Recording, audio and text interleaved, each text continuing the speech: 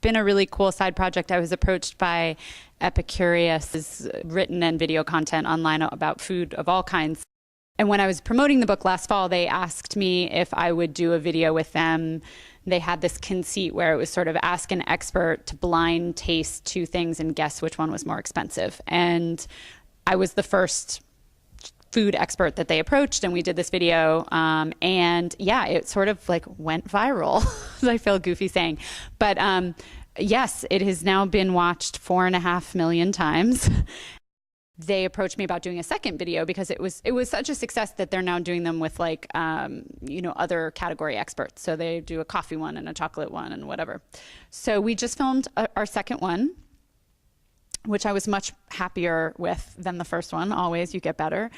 So that was actually released 2 days ago, right before I came to ACS. And it's the same idea. It's two cheeses of a certain type, but what people are really reacting to is that in guessing which one is more expensive, I'm sort of walking through the process of what makes cheese different or what goes into making a cheese. And so why is a cloth-bound cheddar different from a block cheddar? And for like regular enthusiasts and consumers, this is new news. I mean, maybe not for people in the industry, but people are just really responding so well to it. So yeah, there's been I think 250,000 views in the first couple of days. So that's great.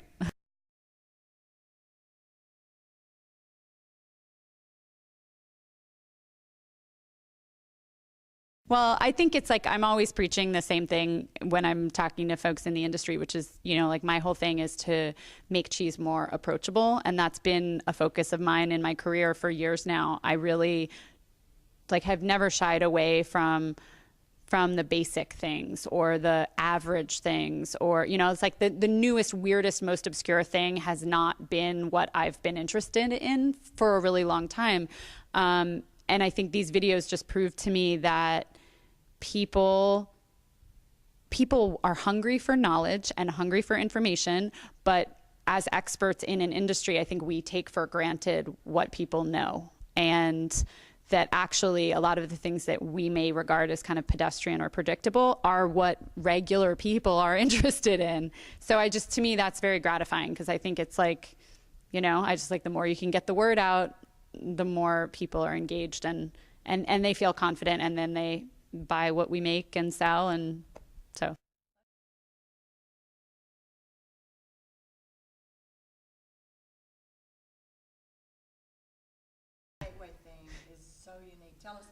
Thank you. Yeah, so same idea. Like the concept of a gateway cheese for me is like taking the world of cheese that is very overwhelming and can be very intimidating and saying like everyone's heard of a few basic cheeses: brie, cheddar, blue, Swiss. And again, I know and you know that Parmesan and Parmigiano Reggiano are not the same thing, but the average person has just heard Parmesan and they know it's like a hard cheese, maybe Italian cheese.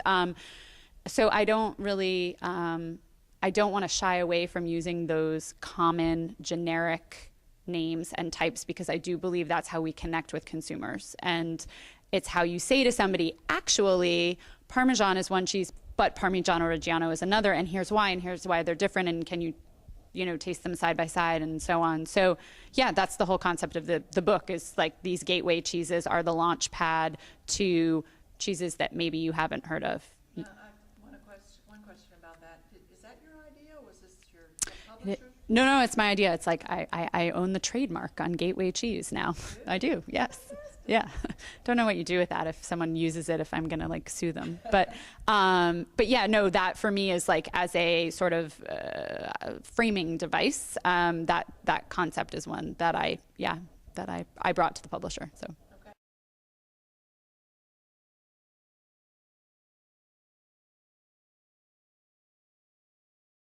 My strategy, I have sort of like a couple of concurrent strategies.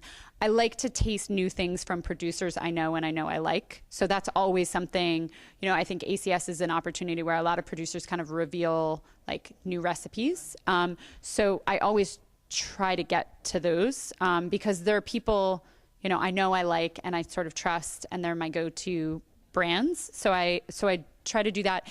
And then I'm also, like my preferred style, if I had to pick one, are washed rind, soft, stinky cheeses. So I run around and look for those because it's like what I enjoy the most. So, yeah. Good luck with your book. Thank you. Whatever's around the corner, good luck. I know you're going to be very successful. We will continue to watch those interviews. Just share them on your social media networks. Definitely.